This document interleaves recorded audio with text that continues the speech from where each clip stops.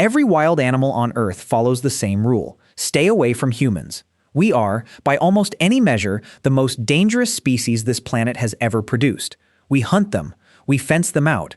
We pave over the only ground they know, and every instinct evolution ever built into them says, run the moment we get close.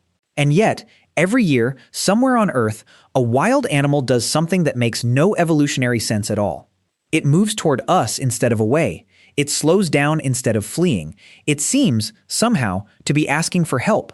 In Zimbabwe, wildlife rangers have logged a strange pattern for years.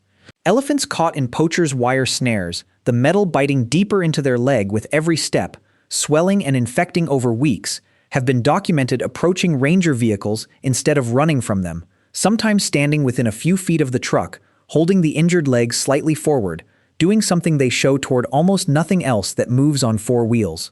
A handful of these elephants had been treated as calves years earlier by rangers in trucks that looked nothing like the ones cutting them free as adults. Somehow, that didn't seem to matter. The ocean has its own version of this.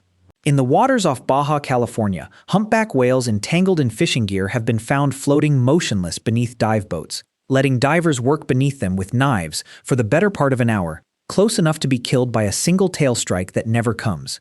When the last line is finally cut, the whale doesn't bolt for open water. More than once, it has circled back first, gliding past each diver individually before it leaves. Then there's the coyote. In 2019, hikers outside a national park in the American Southwest came across a young coyote that refused to run. It had a plastic ring, the kind that holds a six-pack of cans together, cinched tight around its jaw, slowly cutting into the skin and shrinking with every week that passed, making it harder to eat, harder to drink. Instead of bolting into the brush the way any wild canine should at the sight of a human, it sat down at the edge of the trail and let a stranger kneel beside it and cut the plastic free with a pocket knife. It didn't snap, it didn't flinch, it just waited, watching the stranger's hands the entire time. Dolphins do this too, and often in front of an audience. Off the coast of Belize, a wild dolphin trailing fishing line has been seen approaching snorkelers directly, staying at the surface, completely still, until someone notices the line wrapped tight around its fin. And in the shallow, warm rivers of Florida, manatees carry the scars of it permanently. Most adult manatees have propeller wounds somewhere on their backs, and yet they are famous for doing the opposite of what a wounded, hunted animal should do. They approach boats. They nose up to docks. They roll onto their sides near swimmers in a way that looks less like fear and more like an invitation. So what's actually happening here? Are these animals making a calculated decision that we, specifically, can fix what's wrong with them? That would mean something strange. It would mean a wild animal has concluded that the most dangerous species on the planet is, in this one moment, safer than the alternative. For decades, most biologists wouldn't take that idea seriously. The leading explanation is closer to associative learning than reasoning. An animal doesn't need to understand intention, it just needs a pattern. A whale suffocating slowly under hundreds of pounds of line eventually reaches a point where the fear response gets overridden by the simple cost of staying still and drowning. At that point, anything that might relieve the pressure becomes worth the risk, human or not. The coyote, sitting still for a stranger with a knife, isn't reasoning about kindness. It's running an older, blunter calculation. Anything is better than slowly starving with your jaw wired shut. Marine animals carry an extra wrinkle. Whales, dolphins, and manatees didn't evolve around land predators the way elephants and deer did, so a human silhouette in the water doesn't trigger the same automatic panic that a human on land triggers in, say, an injured deer. Their threat calculus is built differently, and some researchers think that gap is a big part of why this kind of behavior shows up more often in water than on land. Then there's brain size. Elephants, whales, and dolphins sit on a very short list of animals confirmed to recognize individuals across years, maintain social bonds outside their immediate family, and, in the case of dolphins and elephants, pass a mirror self-recognition test. That level of social intelligence might let an animal generalize trust from one safe encounter into a completely different situation with a completely different human, which would explain the Zimbabwean elephants. A calf treated once by a ranger might carry forward a loose category rather than a specific memory. Something like this. Trucks like that one didn't hurt me. Not full comprehension. Pattern recognition. Running on an unusually capable brain. But here's where actual scientists get cautious. and where the story gets considerably less magical. Most of what looks like an animal asking for help might be something happening entirely inside our own heads.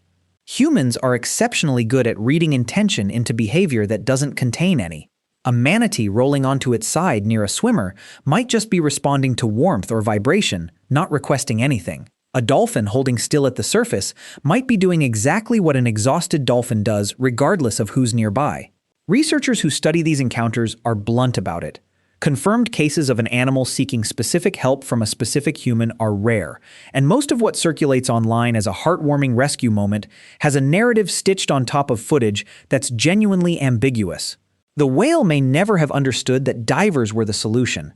It's entirely possible it simply associated stillness near large moving shapes with a drop in pain, and stayed still near the first large shape it happened to encounter. There's a colder statistic sitting underneath all of this too. For every documented case of an animal approaching a human for help, there are thousands that died quietly from the exact same kind of entanglement, snare, or wound, and never came near a person at all. These stories aren't typical behavior. They're outliers, the rare moments where fear, exhaustion, and unusually high social intelligence happen to line up at once. Which arguably makes the question more interesting, not less. The animals that do this share something specific: long lifespans, complex memory, strong social bonds, the capacity to recognize individuals across years. These traits aren't scattered randomly across the animal kingdom. They cluster almost entirely in the species we already suspect of having the richest inner lives on Earth, the same ones that mourn their dead and comfort injured group members and appear to recognize their own reflection.